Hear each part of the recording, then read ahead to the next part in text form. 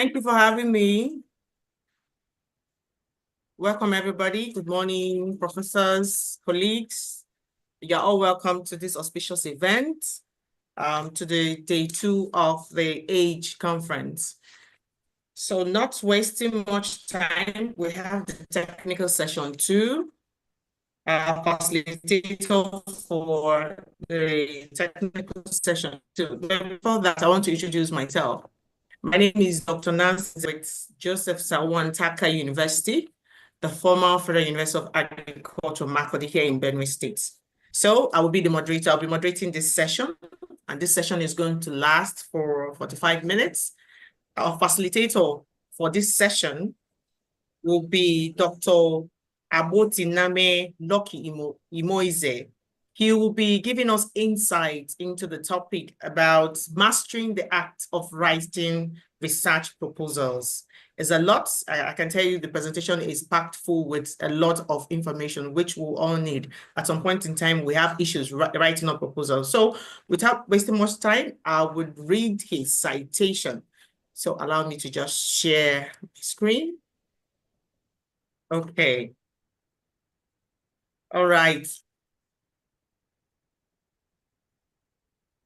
Dr. Agbotiname Imoize is a lecturer in the Department of Electrical and Electronics Engineering at the University of Lagos, Nigeria.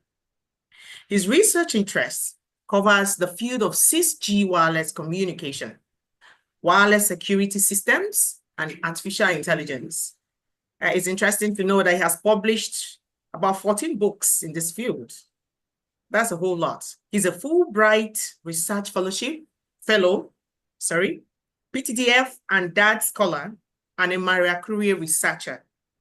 He's the current vice chair of the Institute of Electrical and Electronics Engineer, Communication Society, Nigerian chapter.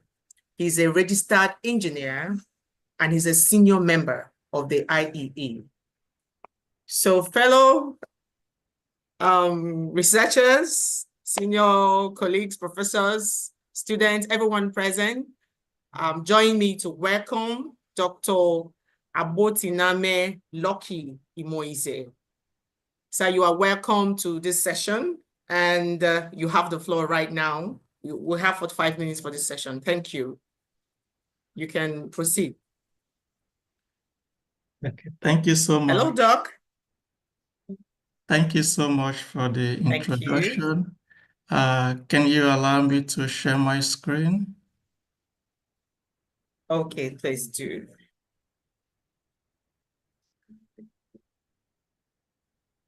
Okay. Okay. Thank you so much, everyone, for having me. I am highly honored to be here this morning and to give a presentation on mastering the art of writing research proposals.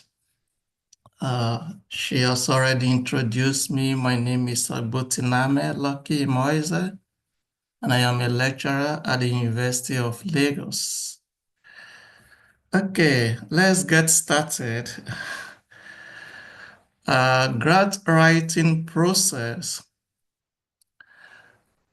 We need to know what the grant proposal is in the first instance. And before we can actually look at how to go about writing it.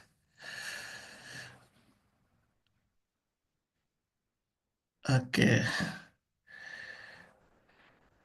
A grant proposal or application is a document,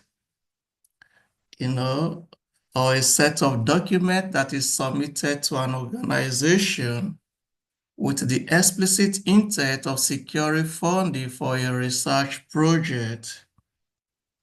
So usually we submit it so that we can have funding, to fund our projects. But it's not just writing the grant proposal that matters, but what matters is writing it successfully so it can be approved. So grant writing varies widely across disciplines. It's not exactly the same way we write it in the social sciences that we write it in engineering. Some metrics differs, but in general, I will give you an overview. Whatever discipline you are from, you'll be able to write a successful grant proposal at the end of this lecture. So let's look at a, a grant writing process. This figure is taken from the Office of Research, the University of North Carolina in the United States. Here we have the grant writing process. First, you identify needs and focus. Then you find prospective grants and develop general proposal and budget, submit the letter of inquiry, receive requests for formal application, prepare specific proposal, and after preparation, you can submit the proposal, but usually you should submit it before the deadline. And it goes to the agency for review. Then you receive award letter if it is successful.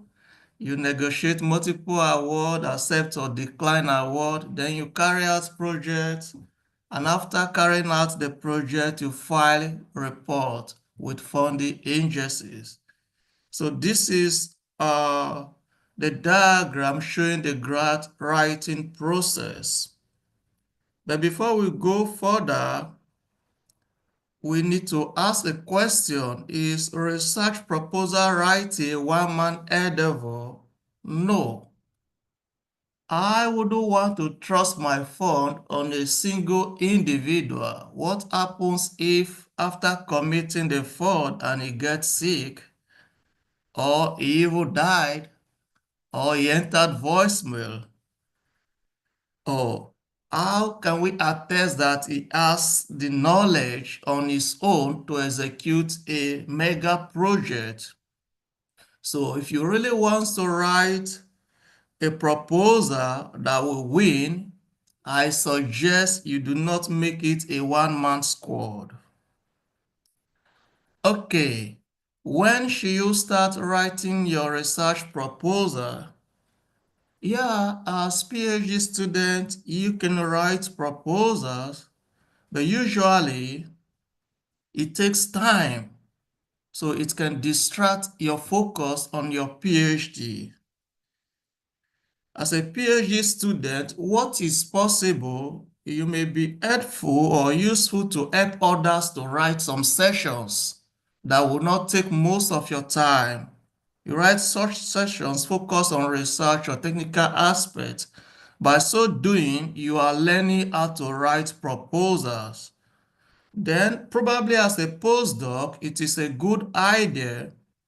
You can start with small projects. You don't need to start with the biggest of projects.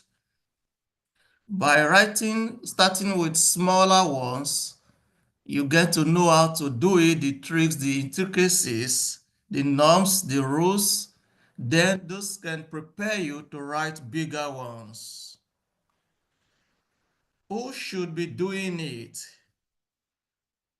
Researchers working in academia are eligible to write research proposals, and it is more or less a must critical to your development if you really want to become a professor, either in a laboratory at the university or a research and development center. Researchers working in private and public research centers also need to write research proposals. And researchers working in companies with R&D also needs to write. Starting with smaller projects. If you have never written before, I suggest you start with the smaller ones. You are more likely to get an approval for a small project as a first timer than for a large project. So much less to write about 10 to 15 pages of documents. We're going to look at the breakdown soon. You focus on your objectives while writing. You also give the duration of the project depending on how the call is structured. Then you look at how you can manage the project easily such that it doesn't burden you and doesn't burden others. Since you are writing and you tend to be the principal investigator, the main investigator, so that can also tell on your CV as a junior researcher who is starting to write research proposals to gain grad in the academic profession. Let's look at the cons. The budget is not that high, especially for small projects. It can be around 80K, 100K, depending on the amount. But it's not the amount that really makes it a big or small project. It depends on the research involved, the requirements, whether you need to buy heavy duty equipment, whether you need to hire experts to join you in the project to seek their expertise on some clear areas. So we see some examples, Google Faculty Awards, Samsung Advanced Institute and all that. So you can start with smaller projects. And how do you structure your proposal? uh, you have the research abstract and goals. You might decide to make it one page, but these are not fees. It all depends on the template given by the sponsor, the financier of the project. You also have project description that can take up to 8 pages. It also depends on the structure. These are not fees. The research objective, you can make it a 1 page maximum. The significance of the research, also 1 page. Research plan and technical approach. The milestones and deliverables, that can be 1 or 2 pages. The expected outcomes and results, up to 1 page. Tangible and intangible outcomes, the budget, and then the reference materials. This is a typical structure, but it does not fit in for all. Some sponsors have their template, and some can even give you that the abstract should just be 50 words. Some can say it should be 250 words. It all depends, but this is a typical structure to guide. Okay. The proposal identification, you map project ideas onto a company interest. You don't write your own ideas with the intention to selling it to a company that does not need it. So you must tailor your proposal to the interests or the research lines of the company or the lab or the financial or the sponsor, and provide details on the presenter, especially the principal investigator. If I am reviewing a project, I want to see the profile of the principal investigator. I want to see the profile of other investigators, whether there are postdocs or PhD students participating in the project, or even matured researchers, or the ones we call senior researchers are participating in the project. I want to see their profile, their experience level, their level of expertise, and whether they have handled such projects in the past. I want to see all this before I can entrust my money, my funds into such a project to such researchers. So in the content, we have the title of proposal, the project team title. It can be selected from the call for proposal, the project subject title also selected from the call, the PI information, the name, the work address, and the website, and so on. The research abstract and goals, this can be up to half a page or even a quarter of a page. It depends. So you should be able to establish the scenario in 3 to 4 lines, explain the project core idea in about 8 to 10 lines, and present research team and relevant expertise or facilities. You have to demonstrate that you have the right know-how and capacity to handle the project. Otherwise, no one will want to sponsor a project if you cannot demonstrate sufficiently that you have the right know-how and the capacity to handle the project. The tips here, you should be short and straight to the point. There is no room for grammar or no room for noise making or no room for irrelevant talk. You have to go straight to the point because the reviewers do not really have time. If you write it such that it is boring, the reviewer is already sleepy while reviewing your paper or your proposal, and you can be sure to not get an approval. So explain why it is relevant and why you plan to achieve it.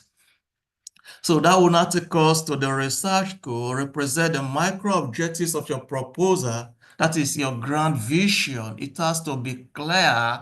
The clarity matters a lot. If it is not clear, it becomes ambiguous and it is difficult for reviewers to decide whether they should pass it or not. Number and label them. You number them go 1, go 2, go 3, and so on. Then use these labels later to identify the objectives in the proposal. Okay, we now look at the research objective, part 3 of it. Final green research objective to reach the goals. And for both small and big projects, about 5 or 6 is usually a good number. You number them as well again, objective 1, objective 2, objective 3. That is, these are the objectives I want to meet in this project. And also use this in the whole proposal. There is need for uniformity so we can track which objective are you talking about. Okay, we look at part 3 of it, the significance of the research. This can be up to 1 page maximum. The scientific novelty is a mini SOTA. The SOTA is a state of the art. You should refer to the existing or recent literature to prove the novelty of your idea. You should be able to state why the problem lingers. You should be able to motivate the problem you want to address in your proposal. And you should be able to tell us what other people have done to solve that problem and why the gap persists and what new method are you introducing to bridge that gap. You should be able to establish that novelty. And for the research community, how will it impact? How will it benefit the industry? And how will it benefit the society at large? This has to be captured and they have to be very brief. Okay. And I'll take you to uh, the research significance again. Why is it the state of the art important? I've already emphasized all this. We need to know the trend, what scientists have done before now to address the problem, why the problem is still lingering, and what new idea you bringing on board to address the problem. Now we'll now look at the research plan and technical approach. Description of the work packages. Usually you structure it into work packages, into different milestones, what you need to cover at a particular time. That gives it more clarity, which objective you want to fulfill first and why you need to fulfill first, and how do you structure that same objective into structures or into units such that the work can easily be tracked and the progress made can easily be tracked as well. So you also structure your work into work packages. Then the expected outcomes and result, tangible outcomes like simulation software or software hardware prototype, the algorithms you are deploying, whether you are optimizing or whether you are developing new algorithms, this have to be made clear in the proposal. Then you provide a bullet list of expected outcomes plus description for each category that applies to your project. More often than not, while we have the tangible outcomes, we also have the intangible outcomes. You can say that you want to increase international visibility, network of contact, participation in scientific events like conferences or workshops or even symposium. You can engage even master's level students or PhD students or even research associates. By so doing, you are increasing higher education quality and effectiveness, and this can also bring you to limelight in the industry. Okay, we have excellence, content, and structure. While writing, you need to strive for excellence. Only the most excellent proposals are approved. When there is a call, thousands of applicants or researchers across the globe submit a research proposal. If you want yours to be selected and subject to approval, it has to be excellent. So we look at the general introduction, like one page. This is very, very important because some reviewers, especially some may be lazy, they just want to read that first page. And once that first page is not interesting, they don't want to read it anymore. So you need to write your general introduction in an excellent manner, no flaw, no mistakes, no typo, no limited grammar structure. So the project objectives can also be in table as per the objective. The state-of-the-art analysis, you can also put it in a table. Then the methodology, the solution architecture, the diagram or the algorithm, the flow chart you want to use. These have to be very clear. The novel aspects and approaches in connection to the objectives, the technological aspect and enablers, also the research activities that fit into the project, the relevance of the work program. Then you also look at the timeline, the data and research output. These are very key to be featured in a typical research proposal if you really want it to get an approval. Yeah, this is a sample work packages. We have the work packages one for project management, requirements and strategy, system design and architecture. We have for implementation and integration, testing and field trials, market models and production, and then you also have dissemination and exploitation. So you can structure your work packages in this form, but this is just a typical example which is useful especially for project, but it might not need all these aspects of it might not feature into some project depending on the project peculiarity. Okay, yeah, you can also plan your work like this in the form of a chart. This is a waterfall model chart. How one activity in your research plan will lead to another as you are, wrapping up one, which one will come next. They need to see that clarity before they can approve your proposal.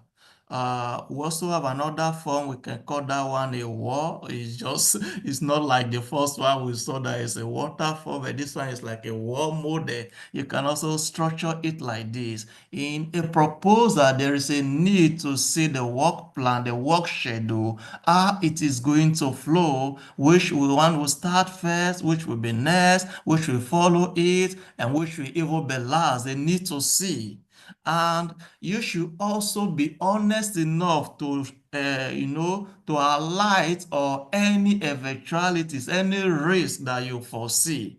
You don't need just to write a proposal and assume that no problem will happen, no difficulty, no challenges is envisaged, everything will just be nice. Yes, it's good for us to be positive, but at times the reviewers or the sponsors also want to see the risk level well outlined so they will know whether they will sponsor such a project or not.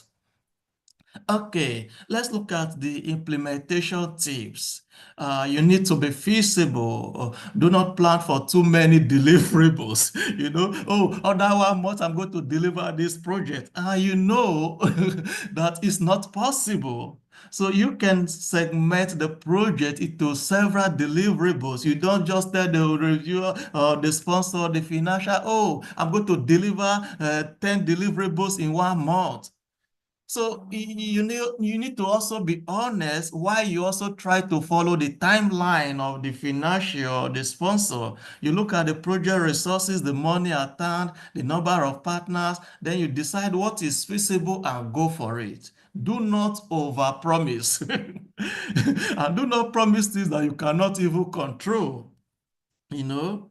And whenever possible, mesh deliverables, check for reasonable activity schedules, avoid months with 10 concurrent deliverables.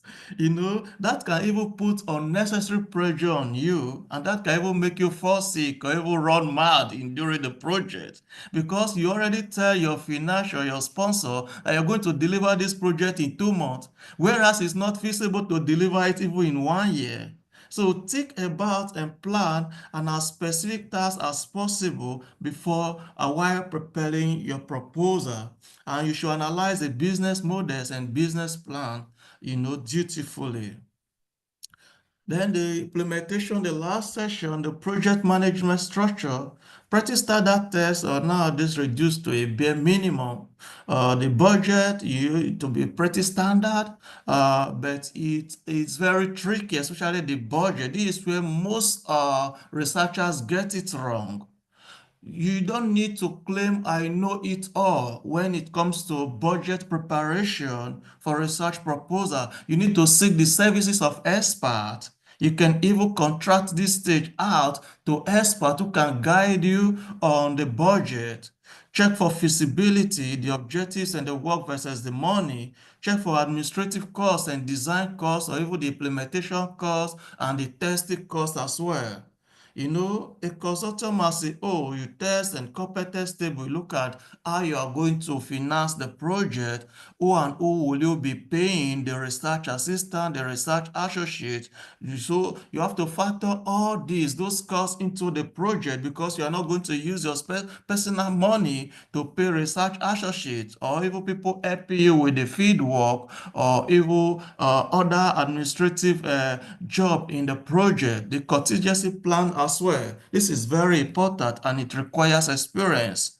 Then the risk and corrective actions also have to be well articulated. Now, let's look at the risk proper.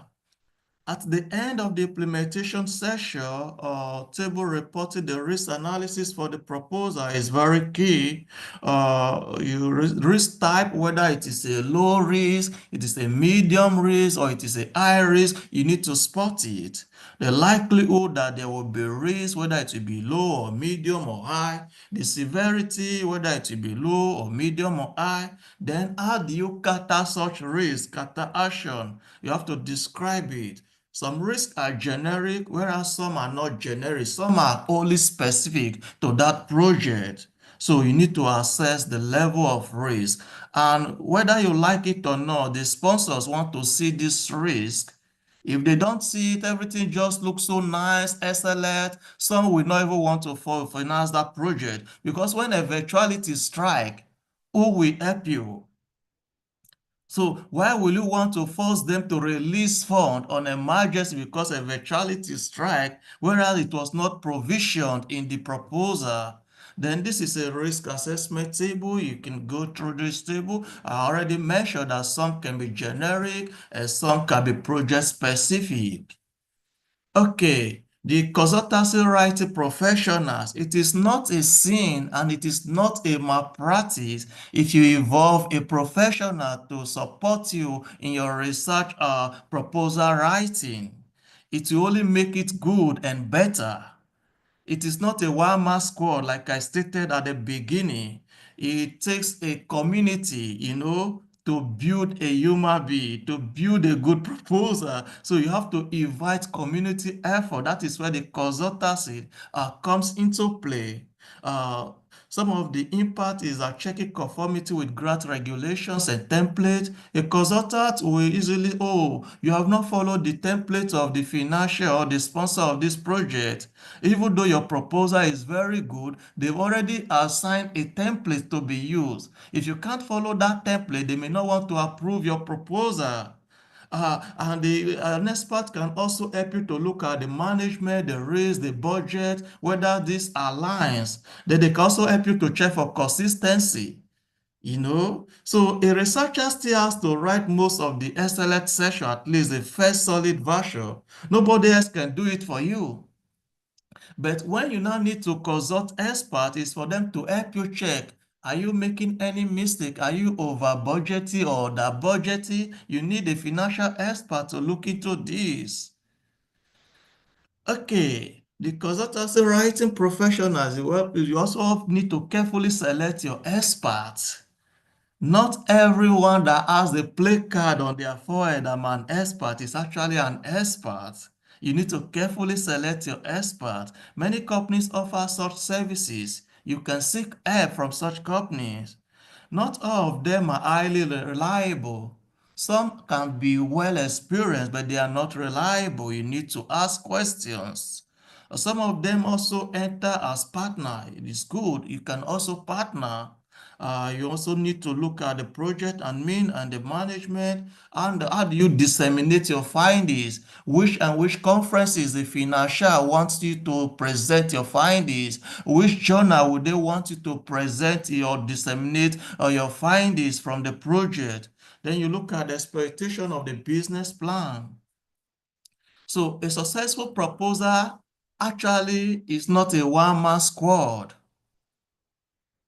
Requires scientists, excellence plus implementation, even require marketing experts. In fact, that is where the proposal work lies. There is no point writing a proposal that, the marketing is poor, and when they give you fund to execute it, the fund cannot execute it because you're under budget. People from the industry also need to come into play, the patenting, the market, the standardization, and all that. Expert in project writing to help you correct the write-up, formatting it into the template, completeness of information provided, then the evaluation. I want to come to this evaluation proper. You can also evaluate your proposal, because every proposal will go into review process, and those that meet the review criteria can only be successful. Then the evaluators. Writing a successful proposal also involves thinking as an evaluator. You put on that hat, oh, I am like the reviewer of this proposal. You try to catch errors, try to look at poor sentence construction, try to look at the overall outlook, the budget outlook. Am I over budgeting? Am I under budgeting? Am I consistent in my pricing? You need to look at all this. So there's a saying that you should always review it, read it 10 times. Some people say read it 30 times and then also give it to other superiors to read. By the time a community read it, that project or that proposal is more likely to fly. And if offer, you may act as an evaluator, so you will gain access to the evaluator's form. That is why it's good when you are sent a paper for review or proposal for review. Even though it's not your area of expertise, you can try to review it, invite other friends or colleagues to join you to seek opinion. By doing that, you are also learning directly or indirectly. Now, I need to state clearly that the road to a successful proposal is not easy, it's not straight. It's not a straight line. There are ups and downs. At times you can get 10 rejections. But who knows, the 11th proposal might be the ice on the cake, that will win it. So the road is not always straight. If you must write a good proposal that will get an approval and sponsored. So bear that in mind so that when you write the first time and it failed, you write the second time it failed, then you pack your bag. No, You have to be rugged. You have to be, consistent. You have to be resilient. You have to be determined, knowing fully well that the road can be rough. Having seen this, I want to thank you for taking your time to attend this talk, and the floor is open for questions. But before you ask a question, I need to give the Chinese proverb. The best time to plant a tree was 20 years ago. The next best time is now. So if you have not been writing proposals as an academy, you need to start now. It is not too late for you to start now, and you can start even with the smaller project. And step by step, one project approved at a time, you can get into the bigger ones. Thank you.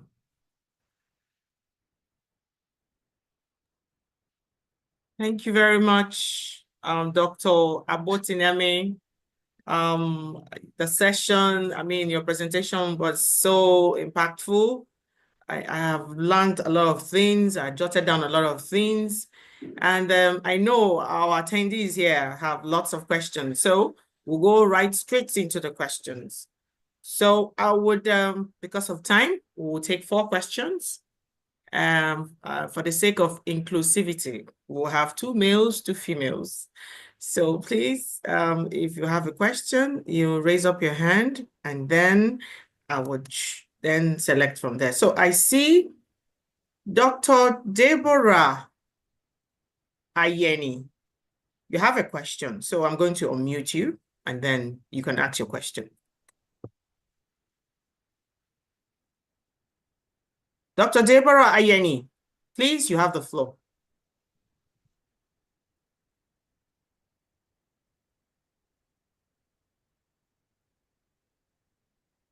Dr. Deborah Ayeni, you can unmute yourself. I have given you permission to unmute yourself and then ask your question. If Dr. Deborah is not there, Mary Ambassador, I want to believe that's AMB. Mary Onyeyere, please, you can ask your question, unmute yourself and ask your question. Thank you so much, our moderator. I'm so grateful for this opportunity. My own major take is this. I have never written a research proposal. It's a whole new ball game for somebody like me. I'm also a newcomer with the age group. I would have loved a situation whereby after each of the presentation about this concept note writing or proposal writing, we have a sample so that somebody like us that have never written before will be able to have a sample on how to write it, because every of the presenters say almost the same thing, but I will want to have a sample to look into, like a dummy, to see how really it is, because I'm only seeing the factors. Thank you. Thank you very much, Dr. Deborah. Let's say what the eye sees, it retains for a very long time. So that's taking. I want to believe, Dr. Deborah, you're there? Are you there? Yes, I'm there. I'm there. Good morning. Okay, please, you have the floor. Can you hear me? Okay. I don't know. I can hear you. Go ahead. I can hear you. Okay, yes. Thank you very much. Good morning, madam, and good morning, our dear doc that presented to us. I am so happy for what you have said. I'm a doctor of business education, and you talk about projects. So what I want to ask you, sir, is how to identify projects and the sponsors. This is where my question lies. Thank you, sir. How to identify projects and sponsors. The project and the sponsors. Invariably, you are talking about opportunities, okay? That's taking. Thank you. So, yes, exactly. Thank you. So thank you very much, Dr. Deborah. I have to be male sensitive. Festus Mos Onipede. You can unmute yourself and ask your question. Good morning, everyone. Festus. Okay. Thank you. Festus Moses Onikwede. The presentation was so interesting. Thank to the presenter for this wonderful, eye-opening presentation.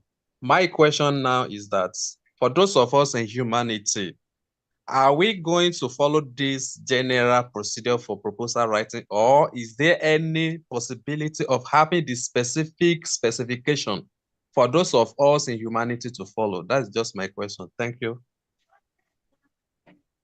Well, thank you very much, Festus. And then we have Dr. Cornelius Dezungwe. You have the floor. Unmute yourself and then ask your question. Dr. Wanan Cornelius Dezungwe. Yes, You have the floor. Yes, I'm here. Yes, I'm here. Yes, I want to say a big thank you to the presenter. My question is, I used to see some advert. I have not written also before. I see some, they write call for research proposal, some research project. I want to ask, what is the difference between research proposal and research project? Thank you.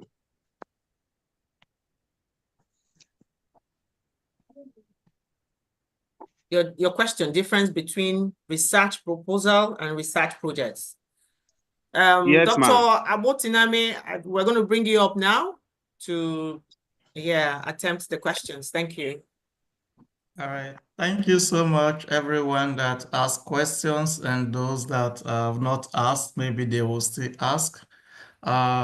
These are very nice questions. Let me start with the one that say, how do I know the call and the sponsors, the founders, and all that? Usually they are advertised. For instance, recently, I think 10th Fund in Nigeria advertised call for proposals. Some are usually published in newspapers, some in online outlets. So that is why it's also good to have a team. If you do not hear yourself, one of your team members may hear about it or may know about it and can give you the information. Usually the courses are published online and in websites of most of those organizations or companies or labs, they publish them. And when it is published, it is your job as a researcher to look at it critically and to see which aspect fit into your research interest.